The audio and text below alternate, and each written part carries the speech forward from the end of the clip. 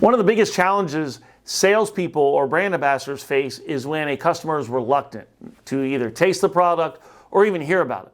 There's a very easy way to deal with this, which is what I'm going to discuss here. This is Curt Sassak, president of Winetasters Choice. Thank you for tuning in, and let's get right into it. Now, the first thing you want to do is not be pushy.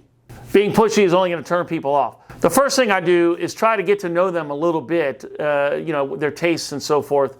Let me give you a real life example of what I have dealt with and how I've handled it. For example, let's say you have a Chardonnay that's buttery and oaky and the customer says they dislike buttery and oaky Chardonnays. The first thing I like to do is agree with them to show them that I have similar tastes as them. So for example, if they say they don't like buttery oaky Chardonnays, I'll say, you know what, I'm not really a fan of that style of wine either. People like when you agree with them. So right there, we've established something in common. We both dislike the same thing. The second thing I do is downplay what it is they dislike. So if they don't like buttery and oaky characteristics in their Chardonnay, I'm going to downplay those things big time. Now, I'm not going to flat out lie. I'm just going to downplay them. Maybe something like, when I tried this wine, I was really surprised because I was expecting it to be really heavy, buttery and oaky like some of the California Chardonnays I've tried before. But this really wasn't anything like that. It sounds like we both have similar tastes. You're here. Hey, what have you got to lose? Why don't you give it a try? If you dislike it, you reaffirmed what you already know.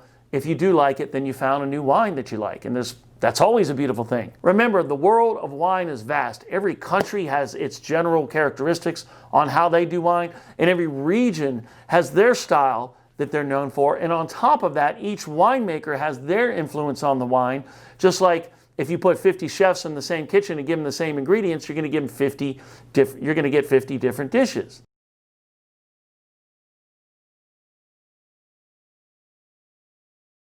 Remember, most people are reluctant to taste something because of a previous bad experience with that kind of wine or whatever it may be.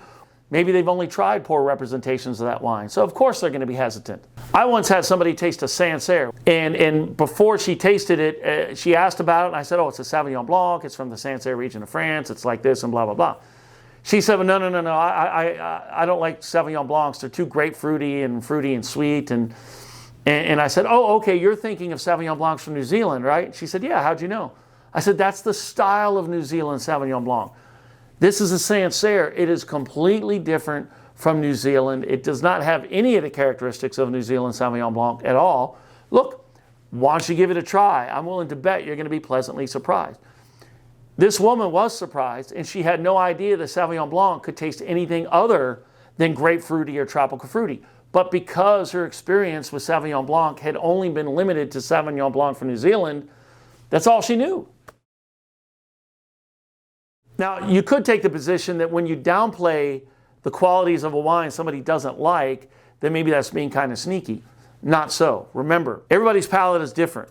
Most people don't even know how to explain in words what they taste, okay? Because let's face it, it's not easy. And then also, most people have less exposure to wines. With all of that said, my goal is to make them feel good about the wine before they taste it. And then once they taste it, then from there, they can make their own decision. All you're doing is trying to warm them up to it and make them feel better about trying it. Most people actually surprise themselves and like something they originally thought they would dislike. But that's why we're there, because it's up to us to warm people up to things, to educate them, to teach them, to help them be more open to trying things. And then once they try it again, they can make the decision whether to buy it or not.